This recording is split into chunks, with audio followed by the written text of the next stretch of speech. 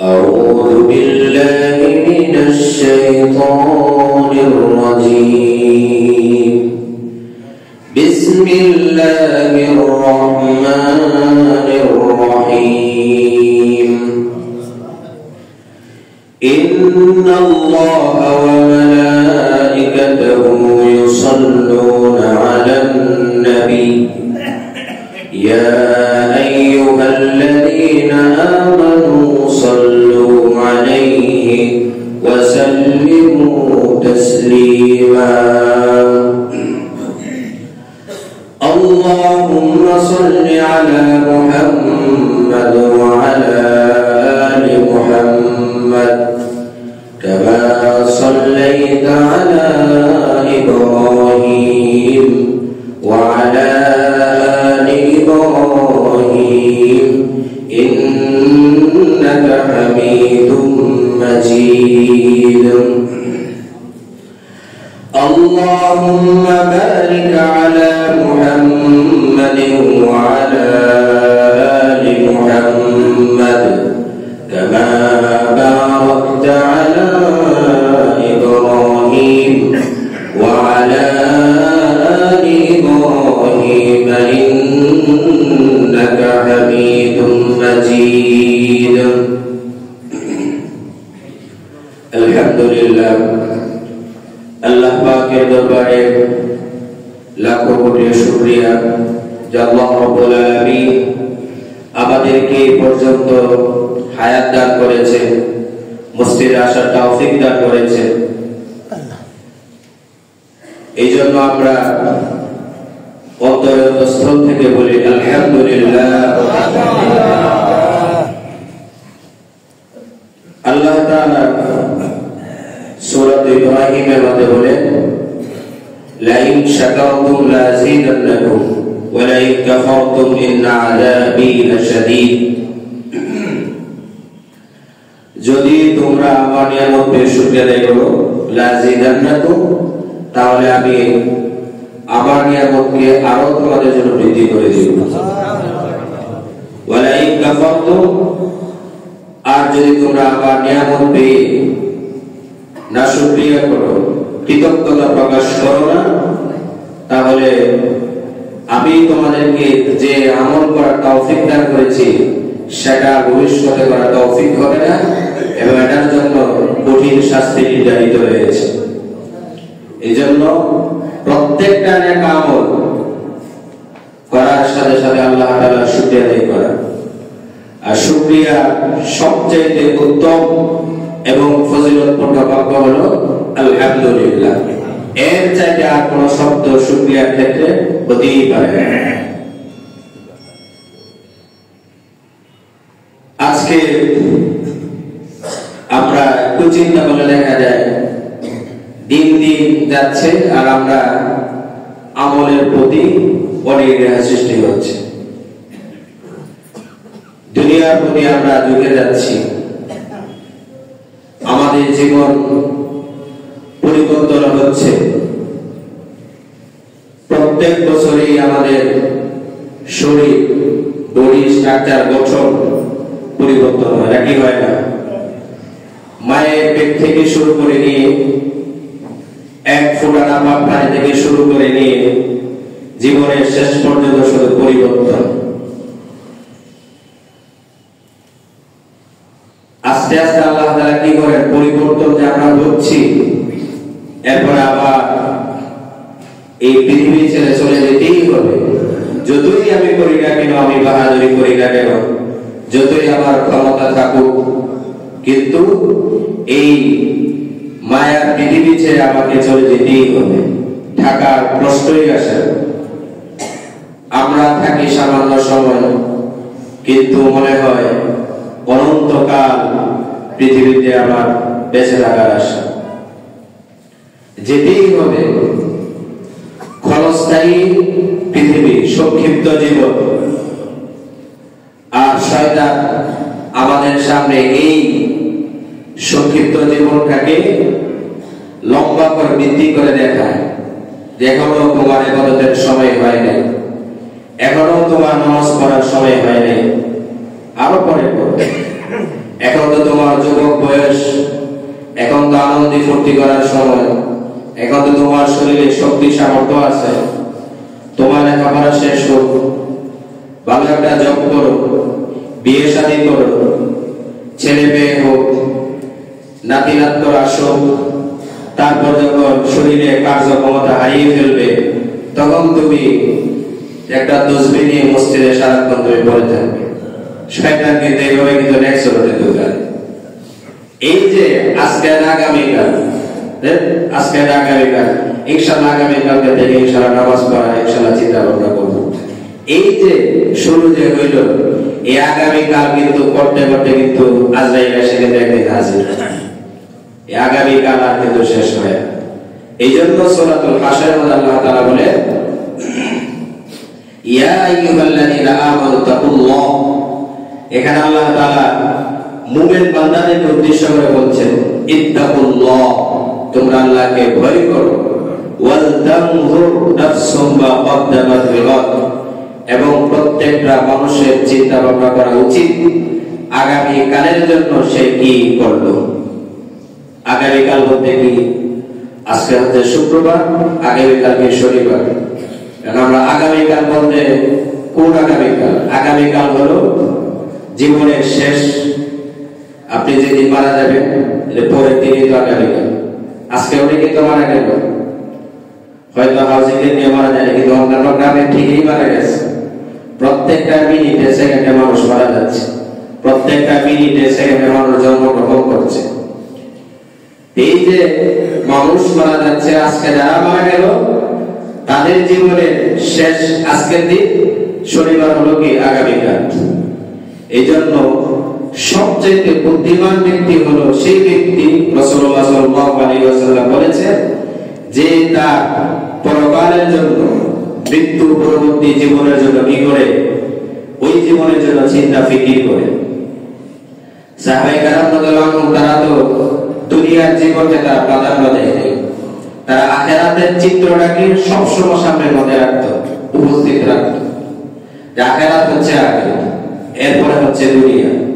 যেমন সূরাতুল জুমার মধ্যে আল্লাহ তাআলা বলে, ইয়া আইয়ুহাল্লাযীনা আমানু ইযা নুদিয়া লিস-সালাতি মিন ইয়াউমিল জুমআহ, যখন জুমার নামাজের আযান দেওয়া হয়, আহ্বান করা হয়, ফাসরাউ ইলা যিকরিল্লাহ, তখন তোমরা আল্লাহর স্মরণ অর্থাৎ নামাজের দিকে তোমরা দৌড়ায় আছো।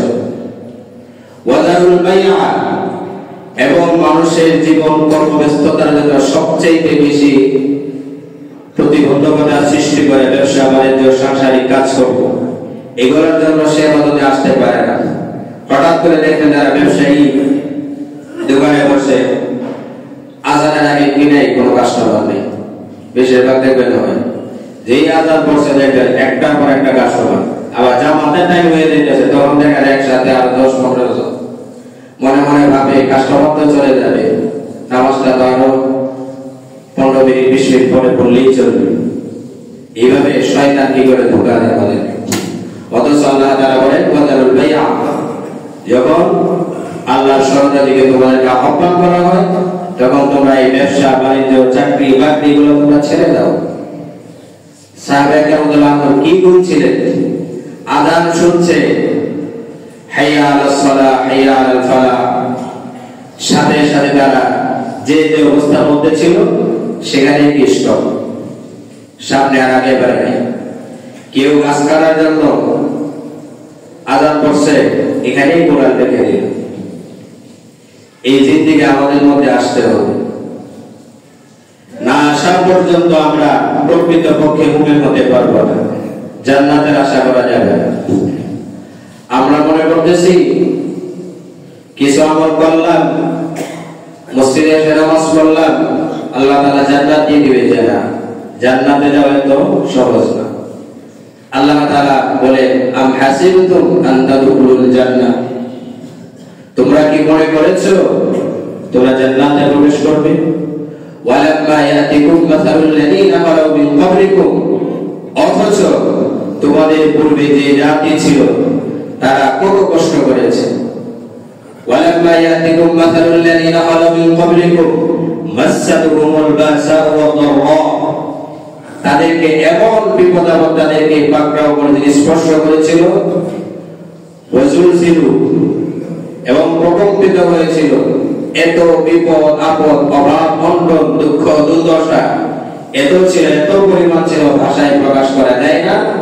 শেষ পর্যন্ত হাত্তা ইয়াকুলুর রাসূলুল্লাযীনা আমানু মা, এমনকি এরকম পর্যায়ে পৌঁছেছিল রাসূল এবং তার অনুসারীরা শেষ পর্যন্ত বলে ফেলেছিল মাতা নাসরুল্লাহ, আল্লাহ তাআলা সাহায্য কখন আসবে। আলা ইন্না নাসরাল্লাহি করিব, আল্লাহ তাআলা তখন উত্তর দিলেন, হে বান্দা শুনে রাখো আল্লাহ তাআলার সাহায্য কি খুব নিকটে। এই জন্য আমরা চিন্তা ফিকির করতে হবে, চেষ্টা করতে হবে। আর চেষ্টা কি,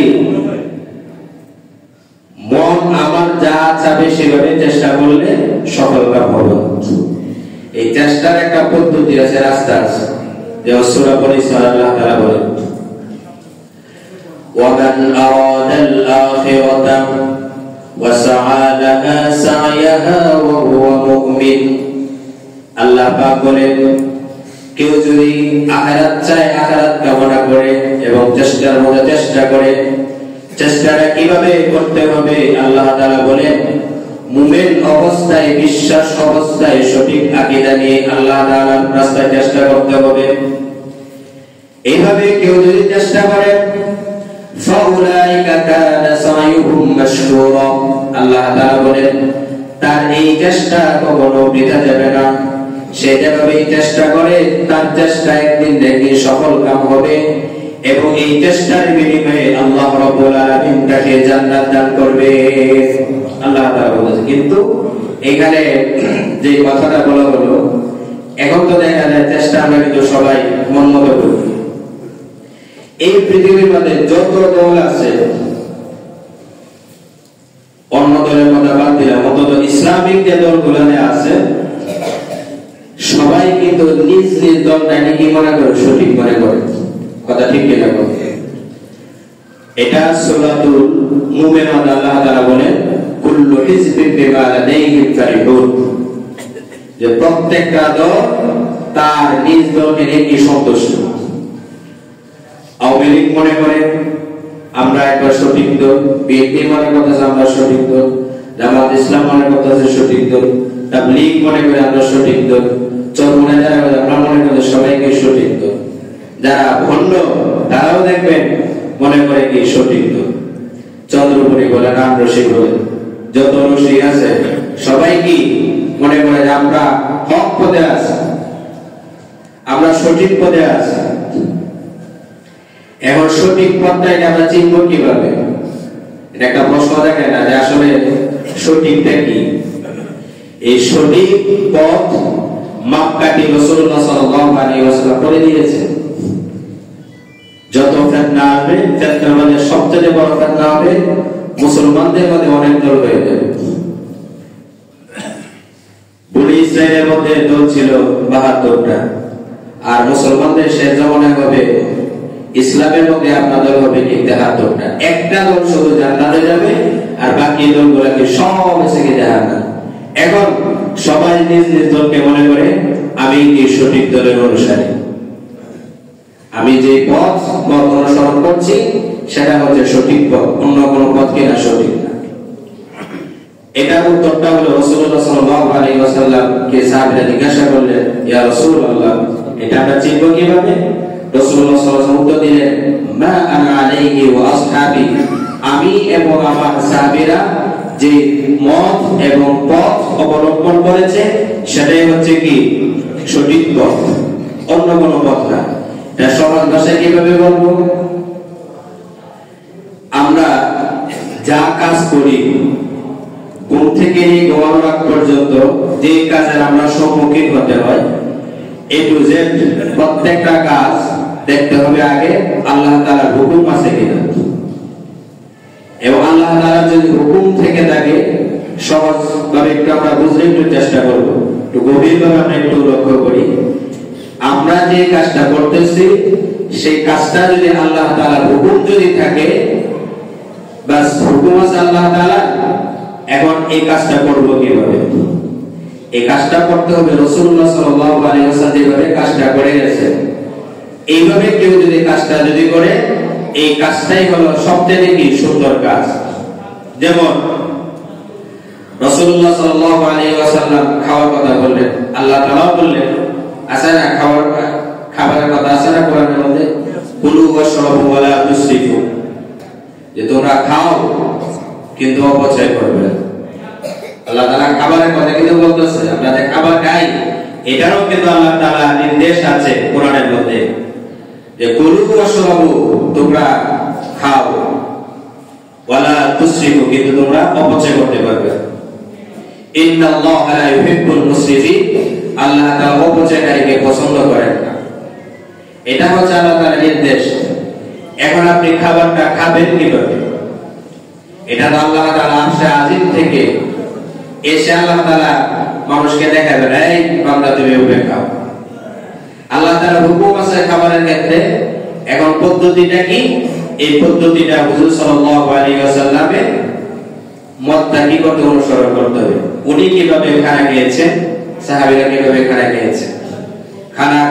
খাবার খাওয়ার নিয়ম হলো প্রথমে দুই হাতেই ধুতে হবে। দুই হাত ধুয়ে তারপর আপনার আল্লাহ তাআলার নাম নিয়ে বিসমিল্লাহি ওয়া আলা বারাকাতিল্লাহ বলে ডান হাতে খাবার খেতে হবে। এটা হচ্ছে কি একটা মত, রাসূলুল্লাহ সাল্লাল্লাহু আলাইহি ওয়াসাল্লাম সুন্নাত, যে তুমি ডান হাতে খাবার খাও। এখন আমরা যদি ডান হাতে নিজের হাত দিয়ে খাবার খাওয়ার মধ্যে এটা কি অনেক ফায়দা এবং অনেক উপকার। আমরা অনেকে দেখা যায় বেশি স্টাইল করতে যে আমরা কি করি, চামচ দিয়ে খানা খাই। আছে না বিয়েরা, ওই যারা ধরির দুলাল আছে, তারা জীবনে হাত দিয়ে খাবার খায় দেখেন, অথচ বিজ্ঞানী রিসার্চ করে দেখলো হাত দিয়ে খাবার খেলে আঙ্গুলের মধ্যে একটা নির্যাস কিন্তু বের হয়। এটা কিন্তু হজম শক্তির জন্য কি অনেক উপকার। কিন্তু এটা আপনি এই কাঁটা চামচ দিয়ে বা অন্য চামচ দিয়ে খেলে আপনার এই উপকারটা আপনি পাবেন না। একেবারে চ্যালেঞ্জ করে বলা যায়, কেউ যদি রাসূলুল্লাহ সাল্লাল্লাহু আলাইহি ওয়াসাল্লামের সুন্নাত অনুযায়ী জীবন পরিচালিত করে, সে কোনদিন মৃত্যুর আগ পর্যন্ত সে কঠিন এবং ওই রকম রোগে সে আক্রান্ত হবে না। এটা চ্যালেঞ্জ। তা আজকে আমাদের শরীরে যে রোগ, যে ব্যাধি, এটা কিন্তু আমাদের কর্মের কারণে। আমরা যেভাবে মন চায় সেভাবে খাচ্ছি। ঘুমানোর ক্ষেত্রে, ঘুমানোটা তো আল্লাহ তাআলা একটা হুকুম আছে নাকি নাই? আছে। এবার আল্লাহ তাআলা ঘুমকে মানুষের উপকারের জন্য তৈরি করেছেন। ওয়া জাআলনা নাওমাকুম সুবাতা, এবং তুমি কখন ঘুমাবে, কিভাবে ঘুমাবে, এটা রাসূলুল্লাহ সাল্লাল্লাহু আলাইহি ওয়াসাল্লাম শিক্ষা দিয়েছেন। রাসূলুল্লাহ সাল্লাল্লাহু আলাইহি ওয়াসাল্লাম বলেছেন কি তোমরা তাড়াতাড়ি ঘুমাও। আর আমরা উম্মত হচ্ছে কি যত দেরি করে ঘুমানো যায়। কথা ঠিক কি না বলি? আমরা কেউ কিন্তু 12টা 1টার আগে কিন্তু ঘুমায় না। দেখবেন কথা বলতে বলতে আড্ডা দিতে দিতে 12টা 1টা কিন্তু বেজে যায়। এতে যে আমাদের শরীরের স্বাস্থ্য 12টা বেজে যাচ্ছে, আমাদের কোনো খেয়াল নেই। দেখবেন হঠাৎ করে মৃত্যু হয়ে গেছে। এভাবে চলতে চলতে এক সময় যখন অভ্যাসে যখন পরিণত হয়ে যায়, তখনই দেখবেন নানা রোগ ব্যাধি আমাদের শরীরে বাসা বাঁধে। এটাই সত্য কথা। রাসূলুল্লাহ সাল্লাল্লাহু আলাইহি ওয়াসাল্লাম বলেছে কি তুই তাড়াতাড়ি ঘুমাও। এখন ঘুমাবে কি? আল্লাহ তাআলা বলেছে তুই ঘুমানোর সময় আল্লাহ তাআলা নাম নিয়ে ঘুমাও। ঘুমানোটা কি আল্লাহুম্মা বিসমিকা আমুতু ওয়া আহইয়া। যদি আমরা এখানে সবাই, আশা করি সবাই জানি ছোট্ট একটা দোয়া, কিন্তু সত্যিকার অর্থে কয়জনে আগামীকালকে ঘুমানোর সময় গত রাত্রে এই দোয়াটা পড়ে ঘুমাচ্ছে? এক কথা আল্লাহ তাআলা জানেন। আল্লাহুম্মা বিসমিকা আমুতু ওয়া আহইয়া। এর শাব্দিক অর্থ কি? হে আল্লাহ, আমি মারা যাচ্ছি। মারা মানে কি? ঘুম থেকে তো মৃত্যুর ভাই। আল্লাহুম্মা বিসমিকা আমুতু ওয়া আহইয়া, আপনার নামে মৃত্যুবরণ করছি এবং আপনার নামে আমি জাগ্রত হচ্ছি। আবার কি রাসূলুল্লাহ সাল্লাল্লাহু আলাইহি ওয়াসাল্লাম বলেছে কি তুমি ডান কাঁধে তুমি কি করে ঘুমাও? কারণ ডান কাঁধে ঘুমাইলে তখন তার ঘুমটা সুন্দর হবে, হার্টের মধ্যে সমস্যা হবে না। আর বাম কাঁধে ঘুমাইলে হার্টের সমস্যা, চাপ পড়ে বেশি, তখন এটা কি হার্টের সমস্যা হয়ে যায়। এটা কেউ যদি অন্তত শুরুটা করতে হবে কি ডান কাঁধ দিয়ে। পরে হয়েছে আপনি ঘুমের মধ্যে মানুষ বিভিন্ন এদিক সেদিক এপাশ ওপাশ হয়, কিন্তু শুরুটা অবশ্যই করতে হবে সুন্নাত অনুযায়ী। তখন আল্লাহ তাআলা এই যে ঘুমটা দিবে, শান্তিময় একটা ঘুম দিবে।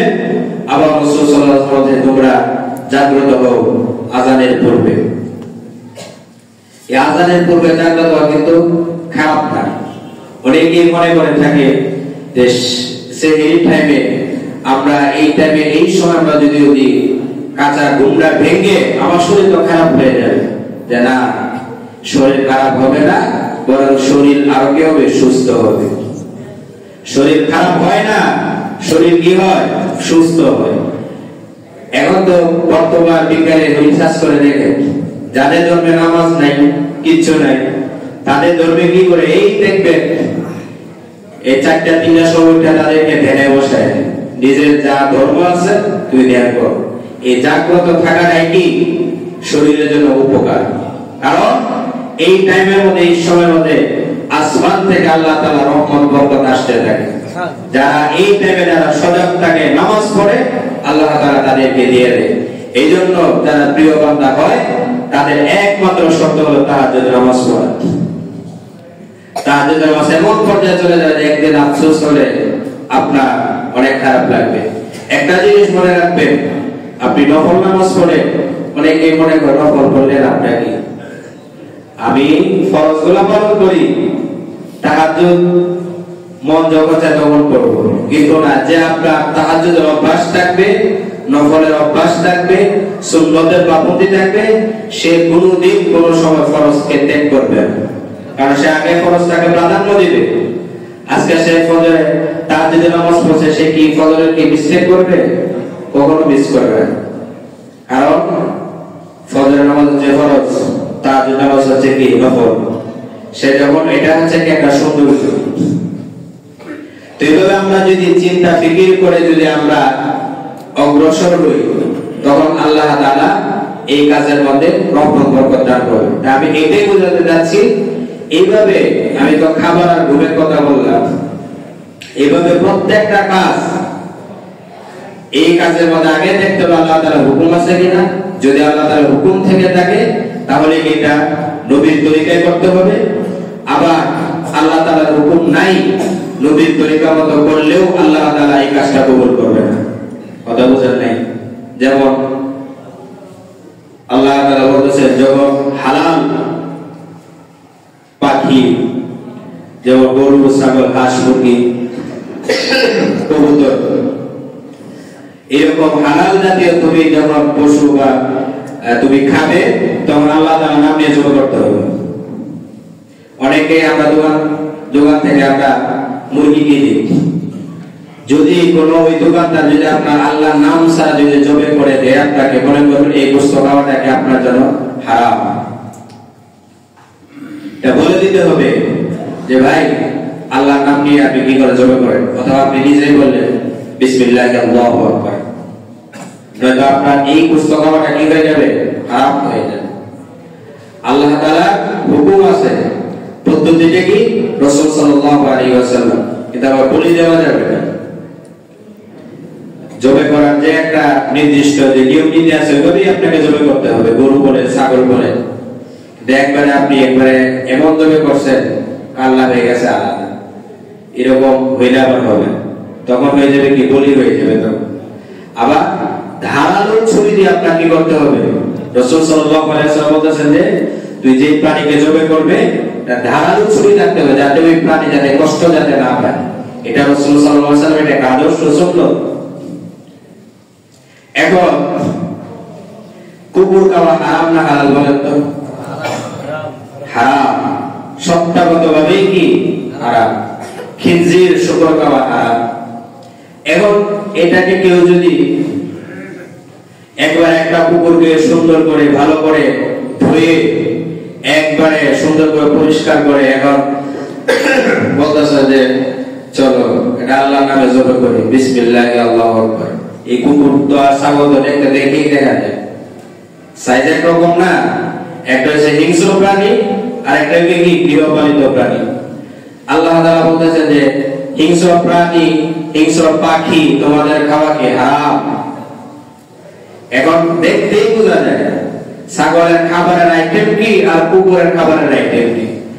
যে ছাগল তো আপনার দেখা যায় গোস্ত খায়, কুকুর গোস্ত খায়, নাপাক জিনিস খায়, কিন্তু তার দুইটা দাঁত আছে, হিংস্র দাঁত, বড় বড় দাঁত। আর গরু ছাগলের খাবারের আইটেমটা আল্লাহ তাআলা অন্যভাবে রাখছে, তারা ঘাস খায়। এখন যদি মনে করেন কোন ছাগল যদি আপনার ঘাস না খায়, যদি গোস্ত খায়, তাহলে মনে করবে এটা অরিজিনাল ছাগল না, এটা খাওয়া যায় না, এটা কি হিংস্র। এই জন্য এখন এটা আমি বোঝাতে যাচ্ছি যে এই প্রাণী হচ্ছে কি, কুকুর খাওয়া হয়েছে কি হারাম। এখন যদি এটা নবীর তরিকাও যদি অনুসরণ যদি করেন, এরপরে আপনার কি এটা খাওয়া যাবে, থাকতে হবে আল্লাহ তাআলা এক নাম্বার আল্লাহ তাআলা হুকুম, দ্বিতীয় নাম্বার কি নবীর তরিকা। এই দুইটা কাজ কেউ যদি অন্তর থেকে মেনে নেয়, এটাই হবে কি সবচেয়ে সুন্দর এবং মত। রাসূলুল্লাহ সাল্লাল্লাহু আলাইহি ওয়াসাল্লাম বলেছেন যে এটাই। এখন দেখতে হবে আল্লাহ তাআলার হুকুম, নবীর তরিকা। নবীর তরিকাগুলো সবচেয়ে বেশি কারা বুঝে নিয়েছে? সাহাবারা। সাহাবায়ে কেরাম রাদিয়াল্লাহু আনহুম তারা বেশি বুঝছে। আমি একটা কোরআনের আয়াত পাঠ করব, এই কোরআনের আয়াতটা আমি বুঝবো এটা অর্থ কি, এটা অর্থ সবচেয়ে সবার আগে বেশি বুঝেছেন আমাদের নবী করিম সাল্লাল্লাহু আলাইহি ওয়াসাল্লাম। এরপরে বুঝেছেন কে? সাহাবায়ে কেরাম রাদিয়াল্লাহু আনহুম, তাদের কাছ থেকে তাবেঈ, তাদের কাছ থেকে তাবেঈ, এভাবে ওলায়ে মুহাক্কিক 2025 সাল পর্যন্ত একটা ধারাবাহিকতা আছে। এইভাবে এই পথ কেউ যদি অবলম্বন করে, তাহলে সে হবে কি আহলুস সুন্নাত ওয়াল জামাআত। অর্থাৎ রাসূলুল্লাহ সাল্লাল্লাহু আলাইহি ওয়াসাল্লাম যেটা বলেছেন, মা আনা আলাইহি ওয়া আসহাবি, তখন সে এই পথের এবং মতের সে কি হয়ে গেল? অনুসারী হয়ে গেল। ওই যে আপনার 73 দলের মধ্যে একটা দল, যেই দল আপনাকে জান্নাত পর্যন্ত নিয়ে যাবে, সেই দলের সে কি হয়ে যাবে? অনুসারী হয়ে যাবে। এটা হচ্ছে কি সহজ কথা। এর পথের বাইরে আপনি যদি আমার মন করা, যদি আমি যদি তাফসীর যদি করি, ব্যাখ্যা করি, সাহাবীদের পথ আমি কি করি না, কোন অগ্রাধিকার দেই না, তাহলে মনে করতে এটা বাতিল। কারণ সবচেয়ে তারা বেশি বুঝে নিয়েছে নবী করিম এবং সাহাবায়ে কেরাম। এরপরে এইভাবে এখন হ্যাঁ আমার একটা মত আপনার মত থাকতেই পারে, কিন্তু আগে দিতে হবে রাসূল সাল্লাল্লাহু আলাইহি ওয়াসাল্লামের মত এবং সাহাবীদের মত। এই পথ কেউ যদি অবলম্বন যদি করে, তাহলে সে হয়ে যাবে মা আনা আলাইহি ওয়া আসহাবি। আমি রাসূলুল্লাহ সাল্লাল্লাহু আলাইহি ওয়াসাল্লাম যে কথাটা বললেন, আমি এবং আমার সাহাবীরা যে পথ অবলম্বন করেছে, তারাই কি সঠিক দলের মধ্যে আছে, এবং এই দলটাই সবার আগে জান্নাতের মধ্যে প্রবেশ করে। সুবহানাল্লাহ। এখন এটা তো একটা গেল হুকুম। এখন রাজনীতি করার ক্ষেত্রে হুকুমটা কি? এটার মধ্যে তো এখন তো খাবারের কথা বললাম, ঘুমের কথা বললাম, আরো কয়েকটা বিষয় আলোচনা হইব। রাজনীতির ব্যাপারে আল্লাহ তাআলা হুকুম আছে কিনা বলেন? আছে। এখন যদি রাসূল সাল্লাল্লাহু আলাইহি ওয়াসাল্লাম কিভাবে এই বিষয়গুলো তিনি আঞ্জাম দিয়েছেন, সাহাবীরা কিভাবে আঞ্জাম দিয়েছেন, সেভাবেই কি করতে হবে? মত অবলম্বন করতে হবে। আর এটার আরেকটা হলো, রাসূলুল্লাহ সাল্লাল্লাহু আলাইহি ওয়াসাল্লাম বলেছেন, কেউ যদি স্পষ্ট ভালো করে শোনে, একবার সহিহ হাদিস, কেউ যদি জনগণের ইচ্ছার বিরুদ্ধে কেউ যদি শাসক হয়, জনগণ চায় না, এরকম লোক যদি শাসক যদি হয়ে যায়, তখন তাকে আল্লাহ তাআলার পক্ষ থেকে লানত, ফেরেশতাদের পক্ষ থেকে লানত, সমস্ত নেককার বান্দাদের পক্ষ থেকে ওই ব্যক্তির উপর কি হতে থাকে? লানত বর্ষিত হতে থাকে। সবাই বলি নাউযুবিল্লাহ। আবার হাদিসের মধ্যে আসছে, রাসূলুল্লাহ সাল্লাল্লাহু আলাইহি ওয়াসাল্লাম, তুমি ইচ্ছা করে তুমি কোন পথ তুমি ছেড়ে দিতে পারবে না। এটা কিন্তু নিষেধ। কথা বুঝেন নাই? আমি ইচ্ছা করলে, এখন আমি যদি মনে করি যে আমি মসজিদের ইমাম হবো, ক্ষতি হবে, এটা কি আমি বললে হবে? এখন আমি যদি এই গ্রামের চেয়ারম্যান হবো, মেম্বার হবো, জনগণ আমাকে সিলেক্ট করতে হবে।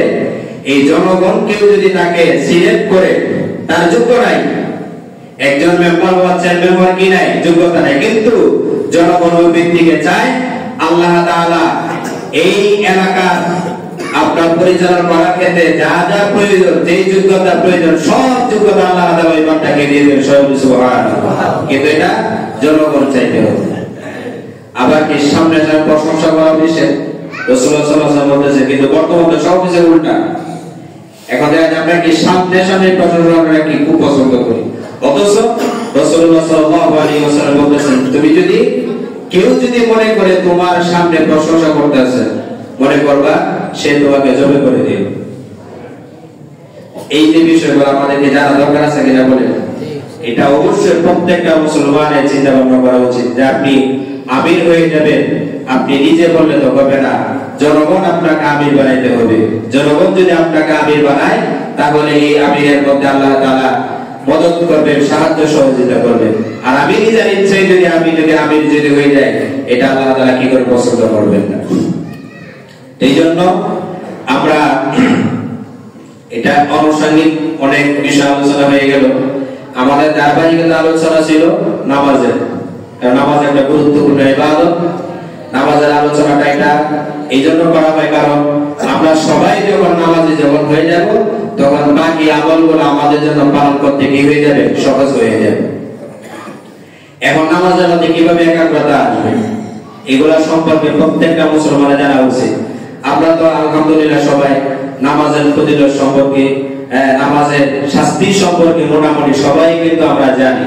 নামাজ না পড়লে কি শাস্তি হয়, নামাজ পড়লে কি সব হয়, এতটুকু বর্তমানে মুসলমান ইসলাম সম্পর্কে সম্যক অবগত রাখেন, কিন্তু এটা বাস্তবায়ন করতে কি কি প্রয়োজন সেই সম্পর্কে আমরা ব্যাখ্যা করব। যে নামাজটা কিভাবে ইহতিমাম হবে, খুশুখুশু হবে, সেই সম্পর্কে আমরা জানার চিন্তা করি না, ফিকির করি না। তো রাসূলুল্লাহ সাল্লাল্লাহু আলাইহি ওয়াসাল্লাম বলেছেন যে নামাজে কি কি পাঠ করা সুন্নাত। যেমন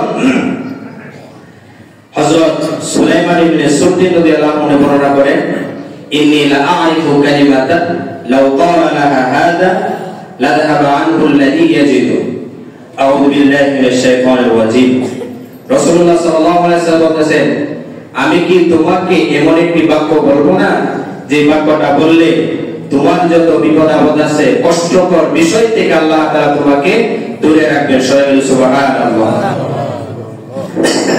এই কালিমাটা কি? এই কালিমাটা হলো আউযু বিল্লাহি মিনাশ শাইতানির রাজীম। সহজ একটা কিন্তু বাক্য, আউযু বিল্লাহি মিনাশ শাইতানির রাজীম। এটা শাব্দিক অর্থ হলো আমি অভিশপ্ত বিতাড়িত শয়তান থেকে আল্লাহ তাআলার কাছে পানা চাচ্ছি। তাকবীরে তাহরিমা বলার পর কিন্তু আমরা কি বলি, সানাটা বলি। সানা প্রথম আমরা কি বলি, সানা বলি যে আল্লাহু আকবার।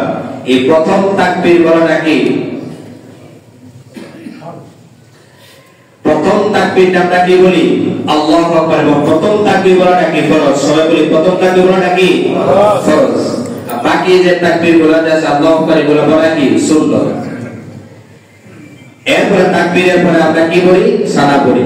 এই সানাটা মানে কি, এই সানা বল মানে প্রশংসা করা। সানা শাব্দিক অর্থ হলো প্রশংসা করা।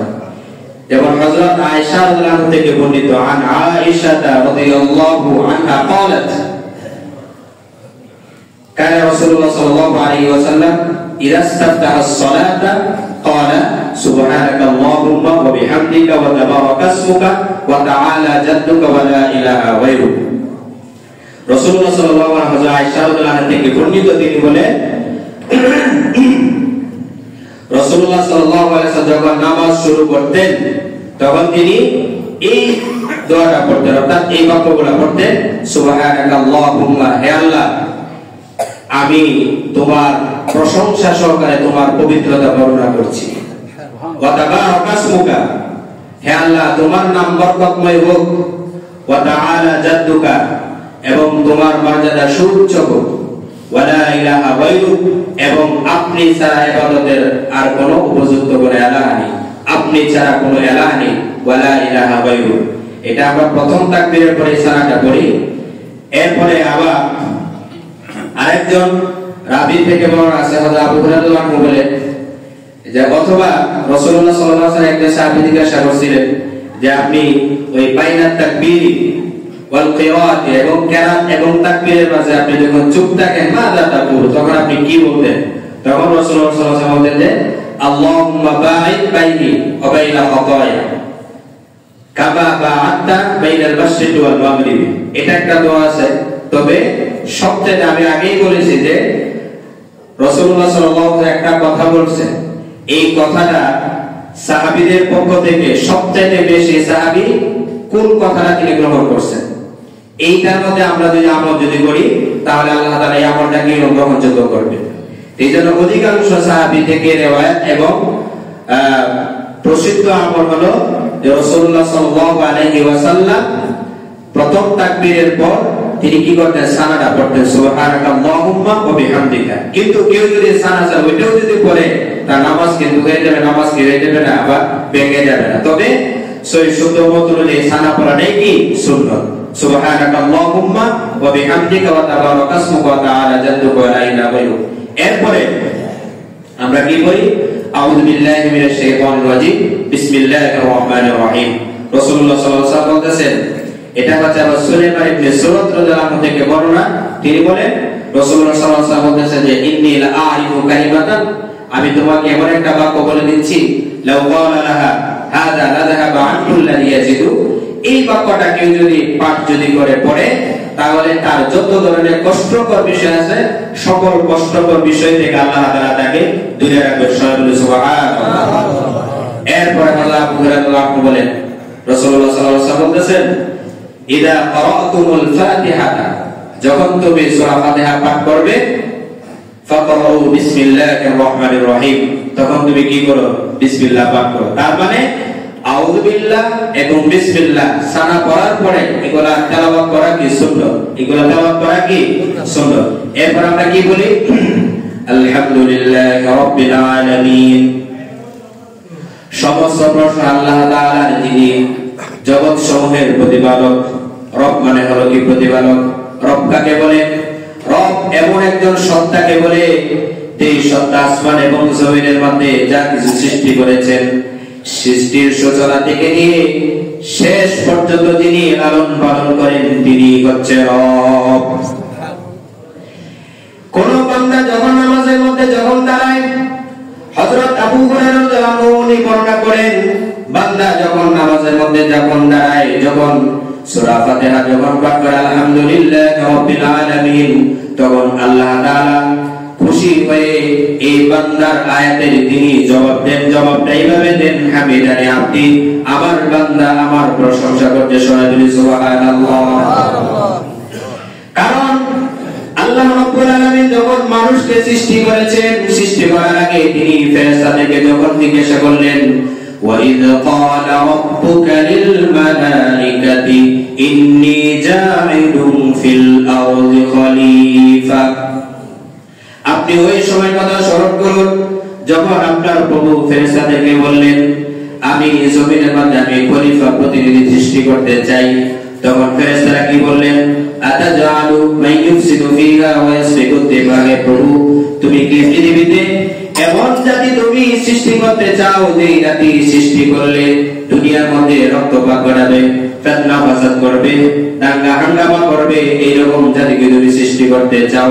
তখন আল্লাহ তাআলা বলেন, তখন আল্লাহ তাআলা বলেন, লা ইলমা লানা ইল্লা মা 'আল্লামতানা, আতাজালু মান ইউফসিদু ফিহা ওয়া ইয়াসফিকু দিমা ওয়া নাহনু নুসাব্বিহু বিহামদিকা ওয়া নুকদ্দিসু লাক। হে আল্লাহ, তুমি তো ইবাদত বندگির জন্য এমন জাতিকে সৃষ্টি করবে, অথচ আমরাই তো তোমার ইবাদত বندگি করি, তাসবিহ তাহলিল পাঠ করি।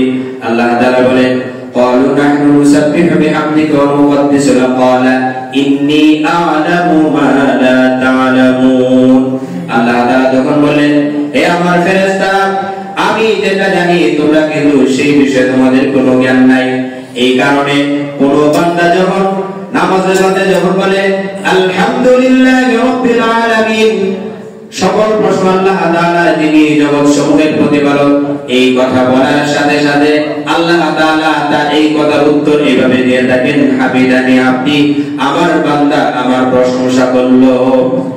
আর রহমানির রহিম, যিনি পরম দয়ালু এবং চিরদয়ালু। এই কথা যখন বান্দা যখন নামাজের মধ্যে যখন বলে, তখন আল্লাহ তাআলা এই কথার উত্তরটা এইভাবে দিয়ে দেন, আসনা আলাইয়া আবদি, আমার বান্দা আমার গুণকীর্তন করলো, প্রশংসা করলো। মালিক ইয়াউমিদ্দিন, যিনি বিচার দিবসের মালিক, তখন আল্লাহ তাআলা বলেন, মাজ্জাদানি আবদি, আমার বান্দা আমার মাহাত্ম্য বর্ণনা করছে। সবাই বলে সুবহানাল্লাহ। এরপরে বান্দা যখন বলে ইয়্যাকা না'বুদু ওয়া ইয়্যাকা নাস্তাঈন, হে আল্লাহ আপনার কাছে আপনার ইবাদত আমরা করছি এবং আপনার কাছে সাহায্য প্রার্থনা করছি। তখন বলে এটা হচ্ছে হাযা বাইনা ওয়া বাইনা আবদি নিসবাই, এটা হলো আমার মাঝে এবং আমার বান্দার মাঝে আদা বিষয়। বলে সুবহানাল্লাহ। বান্দা যখন এই পর্যায়ে যখন চলে যায় তখন আর বান্দা এবং আল্লাহ তাআলার মাঝে কোনো পার্থক্যই থাকে না, যে একটা পর্দা থাকে, তখন হয়ে যায় কি সরাসরি কথোপকথন। আগে তো আপনার থার্ড পারসন হিসেবে কথা বলে আসছে যে আলহামদুলিল্লাহি রাব্বিল আলামিন, আমি এমন একজন সত্তার প্রশংসা করতেছি যিনি কি জগৎ সমূহের প্রতিপালক, রহমানুর রহিম, যিনি কি পরম দয়ালু এবং চির দয়ালু, মালিক ইয়াউমিদ্দিন, যিনি বিচার দিবসের অধিপতি। এইভাবে যখন কথাগুলো যখন বলেন, এইভাবে কথা বলতে বলতে ইয়াকা নাবুদু ওয়া ইয়াকা নাস্তাঈন, হে আল্লাহ আমরাই আপনার ইবাদত করি, আপনার কাছে সাহায্য প্রার্থনা করি। এই কথাটা যখন বান্দা যখন বলে তখন কি হয়ে যায়, আল্লাহর মাঝে এবং বান্দার মাঝে কোনো পর্দা থাকে না। সবাই বলে সুবহানাল্লাহ। এরপরে বান্দা যখন বলে ইহদিনাস সিরাতাল মুস্তাকিম, হে আল্লাহ তুমি আমাদেরকে সহজ সরল পথ, সিরাত মানে কি পথ,